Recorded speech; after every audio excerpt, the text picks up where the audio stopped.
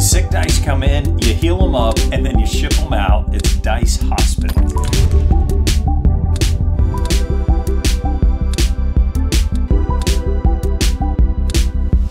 Hey, welcome back to the Board Game Closet. My name's Jimmy, and today we're doing a Kickstarter preview of Dice Hospital. Now, when I first saw this game, I was totally excited about it, mainly because it's got dice, I like the theme, the artwork is phenomenal, so I wanted to be able to do a review of this game, a preview of this game, so you could figure out if this is something that you want to back on Kickstarter, and it's live right now, so go online and find out more about this project. Dice Hospital is all about getting dice into your hospital, using locations of your hospital to heal them up one pip at a time, or maybe more depending on the rooms that you get, and then discharging them. The more dice you're able to discharge on one turn, the more points that you'll get. The game plays out over 8 rounds where you're going to be getting specialists and adding extra rooms to your hospital. At the end of 8 rounds, whoever has done the best job of healing their patients and shipping them out will end up winning the game. If you let patients die, they go to the morgue. If you heal them up, you get extra blood bags that allow you to do special things. There's a lot going on in this game, but ultimately it's pretty simple. Let's take a look. At the beginning of a round, you're going to roll dice for the number of players and place them in these ambulances from lowest number all the way up to highest number. Now, the higher number die are easier for you to heal and get out the door, where the lower number dice are take a lot more work, but it allows you to go first. And the reason that you want to go first in this game, or at least close to the beginning, is that you have some very powerful specialisted rooms that are going to disappear quickly as the round progresses. So you choose a load of patients to take into your hospital. They get to go into your ward, into some untreated spaces. It's kind of like triage. They come into the hospital, and then based on your turn order, then you get to choose a remaining specialist or room. So let's say that I take the surgeon because I think that's awesome. I'm going to get an extra meeple, little nurse meeple, which these are pretty cool, by the way. These little nurse meeples that I'm then going to be able to use on my turn. So this gives me an extra turn in essence, which is pretty cool. Or instead, I could have gotten an extra room for my hospital, like maybe the surgical theater, which says I get to heal 1 red die 3 pips. That's a pretty powerful room to have. I could heal up a guy and get him out the door pretty quickly, even if he's a low number like a 3 or a 2. So you just make that decision. Let's say that I take the surgeon.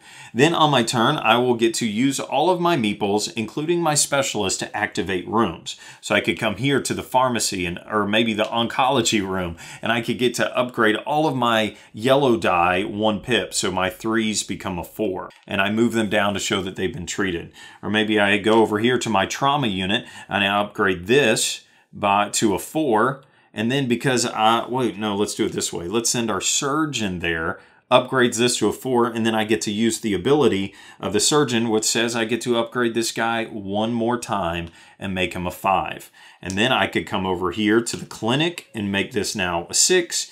And oh gosh, if there was one more way, I don't see it, that's it. But let's say that I had upgraded this guy all the way out up to a 7, he gets discharged. So at the end of the round, I'm going to bring back all of my nurses, and then I check to see if I discharged anyone. If I did, I'm going to get a point for that. So I'll go up the score track and show that I earned a point. And for every die that I discharge, I get a blood bag, which sounds kind of gross, but this is a hospital game. So I get a blood bag. And what can you do with these? These blood bags allow you at any time that you want to upgrade a die by 1 pip.